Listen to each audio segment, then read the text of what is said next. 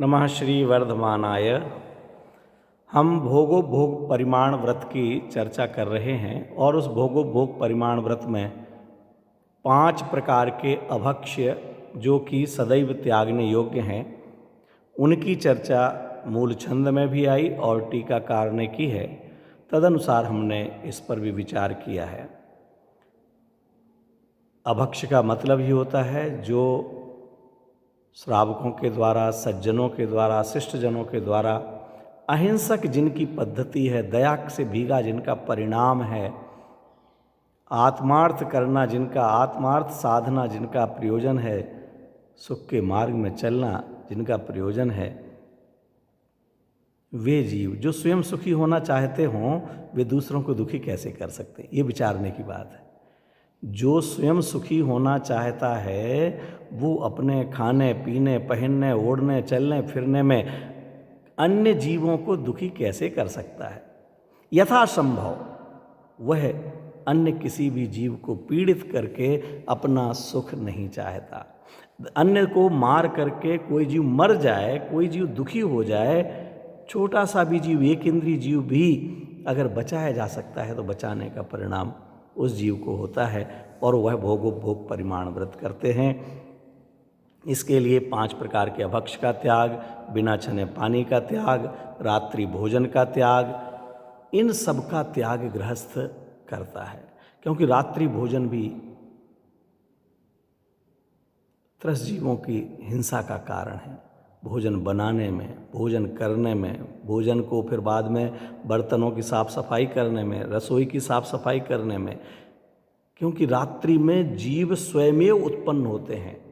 दिन में जो सूर्य की अल्ट्रावायलेट कौन सी किरणें कहलाती हैं, उन किरणों के प्रभाव से अनेक जीव स्वतः उत्पन्न नहीं होते हैं। रात में जैसे ही सूर्यास्त होता है, मक्खी, मच्छर, कॉकरोच, कीड़े मकोड़े अपने आप निकलते हैं। हम अपने अंदर बाहर कुछ सफाई कर भी लें, लेकिन नाली में, वाश बेसिन में वह साफ सफाई नहीं की जा सकती है।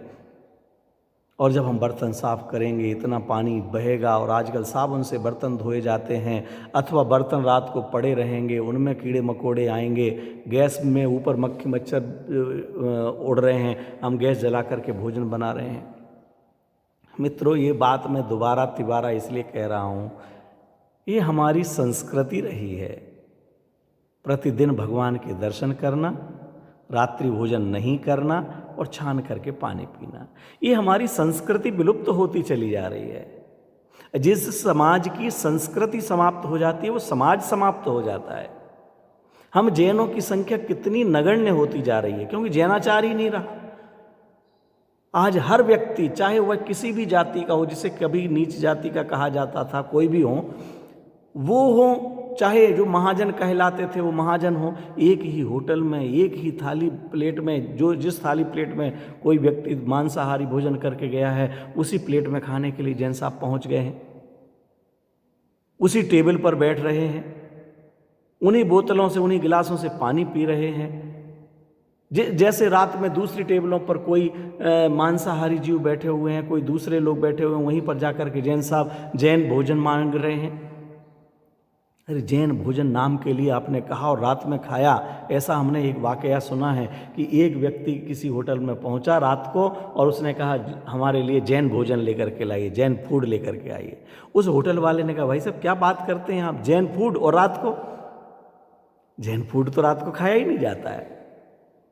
ये होटल वाले कोई जानते हैं और हम जैन लोग नहीं जानते हैं। ये आज के किशोरों को, युवाओं के लिए, युवा दंपति के लिए, पति पत्नी के लिए, महिलाएं बड़े चाव से जाकर के होटलों में पार्टियां कर रही हैं। जिन महिलाओं के हाथ में ये श्राव का आचार है, जिन महिलाओं को धर्म पत्नी कहा जाता है, धर्म की मालकिन है वो घर की, वो धर्म की मालकिन होकर के थोड़े से स्वाद के लिए, थोड़े से दिखावे के लिए, केवल हमारे पास पैसे की क्या कमी है, हम तो रविवार को बाहर जाकर के भोजन करते हैं, बच्चों को ले जाकर के बाहर भोजन करते हैं। अरे रविवार को आपको पार्टी लेनी है, अपना घर का शुद्ध सात्विक बनाया हुआ भोजन ले जाइए और दिन में सायंकाल भोजन कर लीजिए बाग बगीचे में बैठ करके, अच्छी जगह पर जहाँ पर जीव जंतु ना हो। घास ना हो, थोड़ा सा विवेक रखें। हर चीज में ही दिखावा और देखा देखी करने की कहाँ जरूरत है मित्रों। अरे लोग हमारे आचरण को देख करके देखा देखी करें। अभी हमारे मैं बताना चाहूँगा, जो व्यक्तिगत यश की बात नहीं है, लेकिन मेरा बेटा और बहू एक एसडीएम के साथ, जो आईएएस है, अभी एसडीएम के पद पे कलेक्टर बनने वाला है, आईएएस है, वो जैन नहीं है, उनके साथ घूमने के लिए बाहर गए 3-4 दिन के लिए।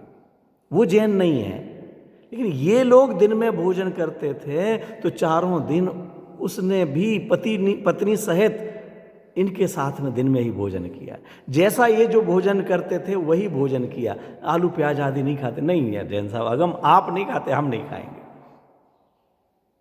ये इनको देख करके, इनका वात्सल्य देख करके, ये जो बहू आई है वो ज़्यादा इस प्रकार के आचरण की नहीं थी, लेकिन अगम के पास आकर के नहीं, हम भी यही पालन करेंगे। उनके परिवार ने भी साथ दिया। उनको देख करके वो प्रभावित हो रहा है, एक आईएएस अजैन प्रभावित हो रहा है। मित्रों, ये किया जा सकता है, किया जाना चाहिए। आप लोगों से अपेक्षा है ये। अगर आप ये वीडियो ऑडियो सुनते हैं, किसी की भी, आप सुनने के लिए हजारों लोग एक एक प्रवचन को सुन रहे हैं, ऐसे विद्वान हमारे प्रवचनकार हैं, आचार्य श्री के मुनिराजों के प्रवचन सुन रहे हैं, हजारों की संख्या में। किन्हीं किन्हीं के प्रवचन देखेंगे तो अभी तक हजारों लोग सुन चुके हैं, लेकिन वहाँ पर ये परिवर्तन नहीं आ रहा है। उस प्रवचन सुनने का लाभ क्या है? वो मुनिराज को आहार देने का लाभ क्या है? इसका मतलब नहीं देना चाहिए या नहीं पूजन करना चाहिए, वो नहीं कह रहा हूँ, या प्रवचन नहीं सुनना चाहिए, ये नहीं कह रहा हूँ, लेकिन हमारा जीवन परिवर्तित होना चाहिए। हमें अपने बच्चों को संस्कार देना चाहिए। संस्कार के बिना की सुविधाएं पतन का कारण है। ये बिना संस्कार की सुविधाएं आपके बच्चों को, पोतों को पतन कराएंगी। पतन का मतलब गरीब हो जाना नहीं है। पतन का मतलब है अपने संस्कारों से गिर जाएंगे। पतन का मतलब है पाप का कार्य करेंगे। पतन का मतलब है मनुष्य पर्याय से ये त्रियंच बनेंगे, मनुष्य पर्याय से जाके नारकी बनेंगे। ये पतन हो जाएगा।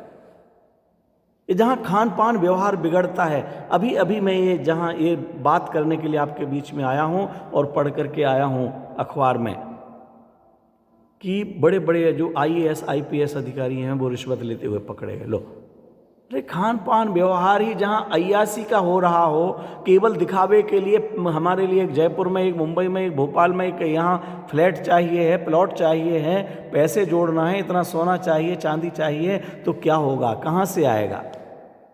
पावर मिला, दुरुपयोग करो, कैसे भी, तुम 10 लाख लाओ, तुम 5 लाख लाओ, ये नहीं तो यहाँ साइन नहीं करेंगे, वहाँ साइन नहीं करेंगे। फैक्ट्री उद्योग खोलेंगे, उसमें मिलावट करने लग जाएंगे, नकली माल बनाने लग जाएंगे, माल कहीं से आएगा, मेड इन इंडिया की मोहर लगाएंगे, क्या करेंगे? और अगर बहुत ईमानदारी से, तो वैसे भी बहुत अधिक पैसा नहीं आता, और ईमानदारी का भी पैसा आया है, न्यायपूर्वक का पैसा आया है, तो विवेक पूर्वक खर्च करना ही न्याय है। अगर उस न्याय से कमाए हुए पैसे को हम अभक्ष के सेवन में लगाते हैं, अन्याय में लगाते हैं, संस्कृति के विरुद्ध लगाते हैं, तो यह भी अन्याय है। केवल एक कमाने का अन्याय नहीं हुआ, तो खर्च करने का अन्याय हुआ, अनीति हुई अपने साथ में। इसलिए भोगो भोग परिमाण व्रत में ये सब बातों के लिए पंडित सदा सुखदास जी ने सदा सुखी रहने के लिए, संतोषी रहने के लिए संदेश दिया है। आचार्य समंत भद्रदेव अब 87 नंबर छंद में कहते हैं कि जो नियम लिए जाते हैं वो भी 2 प्रकार के हैं। हम लोग इस बात को समझते नहीं है कि ऐसी व्यवस्था है।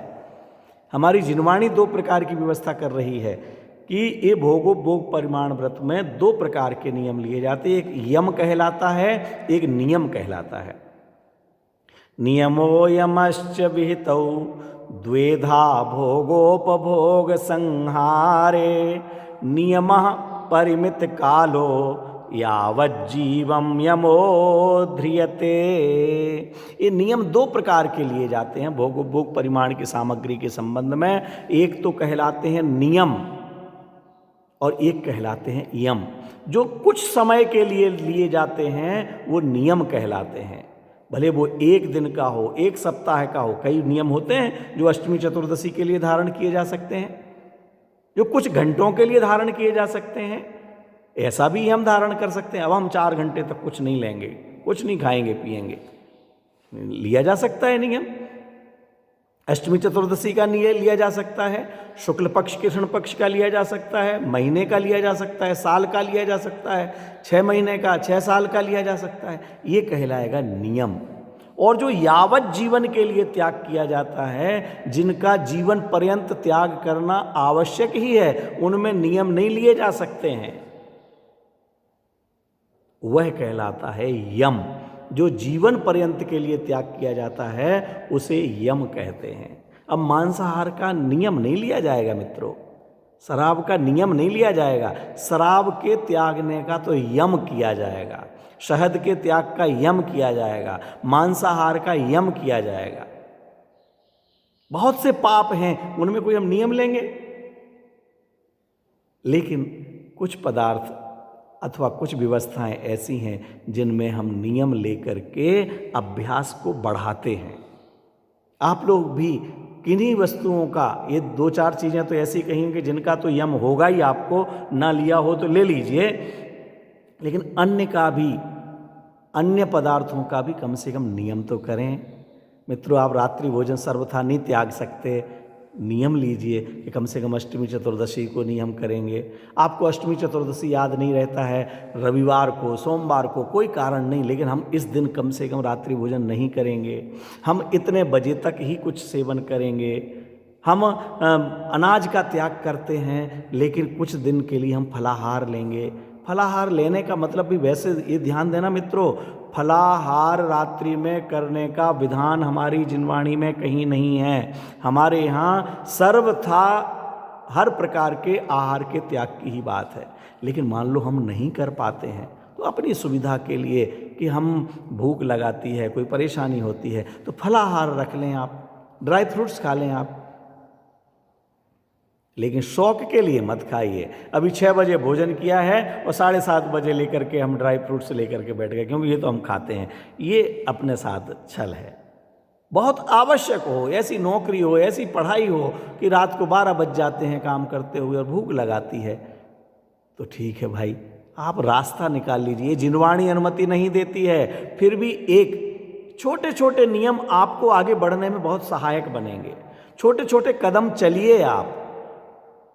आप बाहर कदाचित जाते हैं, सफ़र में हैं और कोई रात्रि भोजन या होटल का भोजन करना पड़ता है, घर में तो मत खाइए। आप गांव में रहते हैं, आप घर में कदाचित रात्रि भोजन करते हो, लेकिन सामूहिक भोजन, सबसे पहले सामूहिक में रात्रि भोजन का त्याग कीजिए। सामूहिक में हम भोजन नहीं करेंगे। आप 50 लोगों के बीच में कह सकें हम रात को भाई बाहर नहीं खाना खाते। लोगों को कम से कम दिमाग में तो आवे कि अमुक व्यक्ति दिन में रात्रि भोजन नहीं करता है, दिन में भोजन करता है। मजबूरी में घर में चुपचाप आपने कर लिया, पूरी समाज तो प्रभावित नहीं होती है। मजबूरी ये है कि आप घर में दिन में कर लेते हैं और 50 लोगों 500 लोगों के बीच में जाकर के प्लेट लेकर के पकड़ लेते हैं। और इस प्रमाद ने ही आज जब हमारी समाज के 90% लोगों को रात्रि भोजी बना दिया है। समाज में शादी ब्याह की पार्टियां रात्रि में होने लगी हैं। शर्म आती है, शर्म ही क्या आता है, पीड़ा होती है, बहुत कष्ट होता है। जहां 50-50, 60-60 साल के, 70-70 साल के लोग, महिलाएं साड़ियां पहन करके जो जा रही हैं, बड़ी मर्यादा दिखला रही हैं, वे हाथ में प्लेट लेकर के रात्रि में भोजन कर रही हैं। बहनों, ये भाइयों, ये शर्म की बात है, दुख की बात है। आज सरदार लोग अपने संस्कृति को सुरक्षित रखते हैं, मुस्लिम लोग अपनी संस्कृति को सुरक्षित रखते हैं, और जैन कहलाने वाली हमारी समाज किस विकृति की ओर जा रही है। क्या ये प्रबुद्ध होने का, समृद्ध होने का यह काम है? यह तो नहीं है मित्रों। जागिए, जागिए, जागिए। अपने आप को सुरक्षित रखिए, अपनी संस्कृति को सुरक्षित रखिए, अपनी समाज को, परिवार को सुरक्षित रखिए। यही निवेदन है।